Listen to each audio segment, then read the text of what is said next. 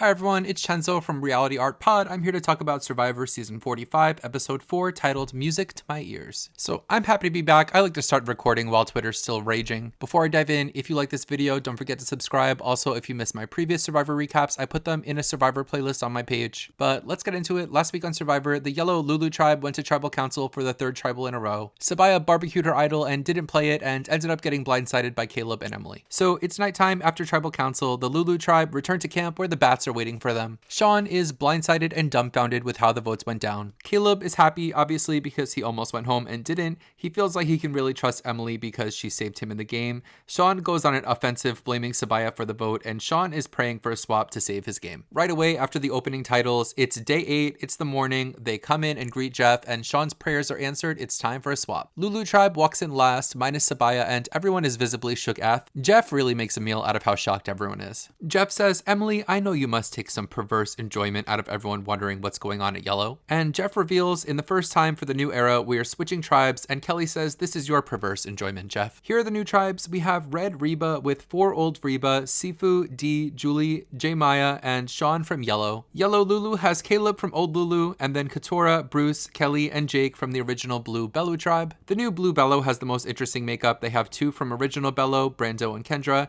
2 from Reba, Austin and Drew, and Emily alone from Yellow Lulu. New Lulu tribe get back to camp, and Bruce realizes that this is the beach from last season that he was on with his tribe, and he instantly gets emotional. He reflects and they comfort him, but now it's back to the usual fun and games from Bruce. So Caleb is back on the bottom. He's the lone Lulu, and they ask Caleb what Brandon told Lulu about the journey on the premiere. If we recall, Bruce also went on the same journey, so Katora is really trying to cross-reference information, make sure that Bruce isn't lying. Also, if we can recall, Katora's entire personality on the show is hating Bruce, but she does all this questioning of Caleb right in front of Bruce, so Bruce can tell that she doesn't like him. Jake and Caleb go to the well, and Jake expresses that he's basically open to wheeling and dealing with Caleb. Jake makes a bad joke about being a good swimmer and laughs at his own joke. The new Bello tribe comes back to their beach. Emily is being super bubbly. Kendra and Austin make a fire, and this is the first time that Emily has seen fire at camp this season. Emily has a fresh start. She decides to be honest with everyone. She tells them the story about Sabiyah's candle, and oh, what a story it must have been. Drew sets up that Emily is going to be the swing vote, and they're all going to be fighting over her. So suddenly, Emily's stocks are rising. The Red Rebas go back to their camp. Sean's plan is to find the cracks in this tribe. J Maya likes Sean, so she takes Sean for a walk on the beach. While they're gone, the other 3 take the opportunity to go through Sean's bag. They smartly figure out that he has no idol or advantage and that he's so neat, and they neatly tie his bag right back up. On their walk, J Maya and Sean bond. J Maya tells him that Sifu is sketchy.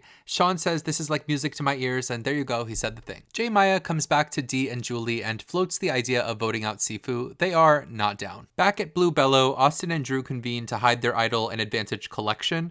They want to win Emily over so that they don't have to use all their stuff, and they approach her. She's instantly down. She says it's music to a girl's ears, and did she say the thing? Back at Yellow Lulu, there's an extended crotch shot from Bruce in khaki shorts, and I get that this show needs to be 90 minutes, but I don't need this kind of content. Kelly Spradlin goes over her options. Kathora pulls Caleb aside to tell Caleb that she doesn't like Bruce. She tells us that she doesn't like Bruce. We know Katora. They actually make a montage of her talking smack on Bruce in confessional that makes it seem like she was talking shit about Bruce for hours in one sitting. We get to the immunity challenge, and I haven't said anything about this yet, but shout out to the immunity idol. I guess it's a pelican. I think it's quite gorgeous. In the immunity challenge, they have to carry a heavy cage from the ocean to the beach, dig a player out of the cage, and then shoot basketballs into nets to get immunity. They start off neck and neck, but at some point, Lulu really pulls away. I think Caleb is doing most of the lifting of just carrying this cage and running. Kelly digs herself out, and Caleb starts shooting before the other 2 teams even get their cages in. Caleb shoots the balls for Lulu, and he gets all 3 of his balls before the other 2 teams even start throwing. He was really the MVP that carried this team to such a blowout victory, and he got his first immunity of the season. It comes down to Austin and Sifu both shooting for their teams. It ends up being a bit of a close nail-biter, but new era Golden Boy Austin ends up scoring and winning immunity for the new Bello tribe. Shout out to Sifu though, because he really was doing all the work with carrying the cage, and they wouldn't have gotten any baskets if he wasn't there. So Red Reba has to go to tribal, including Sean, who's going to his 4th tribal in a row, which is definitely not music to his ears. J Maya lets us know it's still her mission to blindside Sifu. Even with the 90-minute episodes, I'm still looking for some more information here. What happened between J Maya and Sifu? Like, she hates this guy. After the challenge, Yellow Lulu celebrates. Caleb is happy to be on a halfway decent team. Bruce pretends that he lost the flint and then says, "Psych, I got a zipper." Just when you know that Katora's blood is boiling, they cut to her shaking her head in the confessional. Then Bruce makes the first fire on Lulu Beach. We get back to Red, and we're gonna stick with them for the rest of the episode. Sean is disappointed disappointed because Reba was on a winning streak and now they lost. Dee jokes, maybe you're a bad luck charm, and maybe he is. Sean tries to strategize with Sifu. Sifu tells us basically it's Reba strong, too bad. Through it all, J Maya is still hellbent on voting out Sifu because she hates him for unknown reasons. Julie smartly acknowledges that if they didn't have Sifu on their team, they'd still be in a cage in the water. Right, and y'all are gonna vote out Sifu over the bad luck charm? Julie and Dee tell Sean that he's safe and that they're voting out Sifu, which is exactly what you would say to somebody that you're voting out. Sifu points his machete at everyone and sings a little song about loyalty, which I personally wouldn't do, but then they all go to meet Jeff at Tribal. As they make their journey to Tribal Council, Sean says something super insightful. He says that this Tribal Council for him is about, will Sean be in the game of Survivor any longer?